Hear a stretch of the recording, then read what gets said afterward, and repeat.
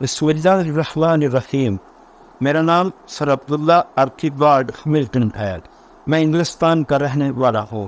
جو بھی میرے شعور نے آنکھیں کھولیں، اسلام کے حسن اور سادگی نے مجھے متاثر کرنا شروع کیا۔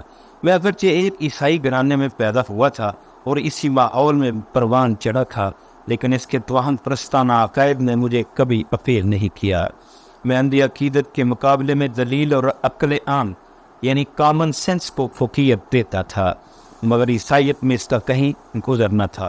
جو عقل پختہ ہوتی گئی، میرا جی چاہنے لگا کہ اپنے خالق سے میرے تعلقات خوشگوار اور امن و آشتی پر استوار ہوں، مگر چرچ آف روم یا چرچ آف انگلینڈ دونوں میں یہ اہلیت نہ تھی کہ وہ ایسی فضا قائم کر سکے۔ یا خدا تک پہنچنے کی راہیں بڑے پیچیدہ اور ناقابل عبور تھی، اس لیے ان کے تصور ہی سے گھن آنے لگی اور میں بڑی بے چینی سے کسی ایسے صراط مستقیم کی جستجو کرنے لگا جو مجھے میری منزل تک لے جا سکے۔ خدا کا شکر ہے کہ مجھے اسلام کی صورت میں یہ سیدھا راستہ مل گیا۔ پہلی ہی نظر میں مجھے اس کی دلکشی اور رہنمائی نے گھائل کر دیا، اور پھر تو معاملہ یہ ہوا کہ جب میں نے اسلام قبول کیا تو دراصل اس کے پیچھے دل اور ضمیر کا پرزور اصرار شامل تھا۔ میں پھر خدا کا شکر ادا کرتا ہوں کہ اس وقت سے میں اپنے آپ کو پہلے کے مقابلے میں بہتر اور سچا انسان سمجھتا ہوں۔ یہ امر اپنے اندر دلچسپی کے بہت سے پہلو رکھتا ہے کہ جاہر اور متعصب لوگ جتنا اسلام سے بدکتے ہیں کسی اور مذہب سے نہیں بدکتے، لیکن پاس یہ لوگ جانتے کہ اسلام ہی وہ دین رحمت ہے جو کمزور کے لیے طاقتور سہارا اور ہر غریب کا امیر دوست ہے۔ انسانیت عموماً 3 طبقوں میں بٹی ہوئی ہے۔ ایک وہ طبقہ جو مالدار اور صاحب ثروت ہوتا ہے، دوسرا وہ جسے زندگی گزارنے کے لیے سخت محنت کرنا پڑتی ہے، اور تیسرا بے روزگار اور تہی دست و کنگال ہوتا ہے، اور اس تیسرے طبقے کی دنیا میں غالب اکثریت ہے۔ اسلام یوں تو ان تینوں طبقوں کے لیے رحمت و برکت کا موجب ہے، مگر وہ پر ذکر طبقے پر اس کی خاص نظر شفقت ہے۔ یہ صرف انسانیت کا علم بردار ہے اور فرد واحد کا بڑا احترام کرتا ہے۔ اس کا طرز عمل سراسر تعمیری ہے، تقریب کا یہاں گزر نہیں۔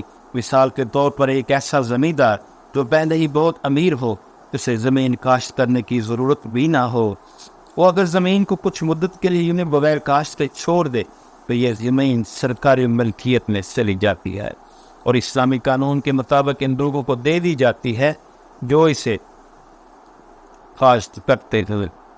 اسلام اپنے ماننے والوں کو جوئے اور ہر اس کھیل سے سختی سے منع کرتا ہے جو محض اتفاق یا چانس پر مبنی ہو۔ یہ نشہ آور چیزوں کو حرام قرار دیتا ہے، سود کی شدت سے مذمت کرتا ہے جیسے تنہا انسانیت کو بے شمار مصائب و آلام سے دوچار کر رکھا ہے۔ اسی طرح اسلام کسی شخص کو اجازت نہیں دیتا کہ وہ دوسرے کی بے بسی یا بے چارگی کا فائدہ اٹھائے اور یوں اسلامی معاشرے میں کسی گھٹیا حرکت کا احتساب چلے۔ اسلام بڑی باوقار اور متوازن زندگی کا علمبردار ہے۔ یہ نہ تو انسان کو مجبور محض سمجھتا ہے، نہ مادر پدر آزادی کا قائل ہے، بلکہ کوشش و جہد، احتیاط اور عقل و فہم کو بنیادی اہمیت دیتا ہے۔ دوسرے لفظوں میں وہ ایسا معاشرہ برپا کرتا ہے جہاں قوانین کی سیادت تسلیم کی جاتی ہے اور ذہانت اور سوجھ بوجھ کے ساتھ ان پر عمل کیا جاتا ہے۔ اسلام انسان کو یہ خوشخبری سناتا ہے کہ وہ معصوم اور ہر قسم کے گناہوں سے پاک پیدا ہوتا ہے۔ اس کی تعلیم یہ ہے کہ مرد اور عورت دونوں ایک ہی مادے سے پیدا ہوتے ہیں، ایک ہی طرح کی روح کے حامل ہوتے ہیں، اور جہاں تک ذہنی، روحانی اور اخلاقی ترقی کا تعلق ہے دونوں یکساں اہلیت کے نوازے گئے۔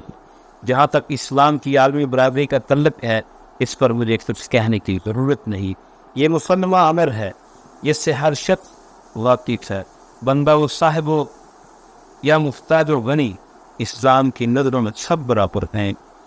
خود میرا بارہا کا تجربہ ہے کہ میرے مسلمان بھائی میرے لیے عزت و شرف کا ایک خاص احساس رکھتے ہیں، اور میں ان کی کسی بھی بات پر اعتماد کر سکتا ہوں۔ انہوں نے ہمیشہ مجھ سے غیر معمولی محبت و معدت کا برتاؤ کیا ہے، اور جب بھی میں ان کے درمیان ہوتا ہوں انہیں اپنے سگے بھائیوں کی طرح پاتا ہوں۔ قصہ ہوتا یہ کہ جہاں اسلام روزمرہ زندگی میں اپنے پیروکاروں کی صاف ستھری اور روشن شاہراہ کی طرف رہنمائی کرتا ہے، وہاں آج کی نام نہاد عیسائیت نظریاتی اعتبار سے بالواسطہ طور پر اور عملی اعتبار سے براہ راست اپنے ماننے والوں کو یہ تعلیم دیتی ہے کہ اتوار کو ایک دن تو وہ خدا کی عبادت کریں اور ہفتے کے باقی دن بندگان خدا کے شکار میں مصروف رہیں۔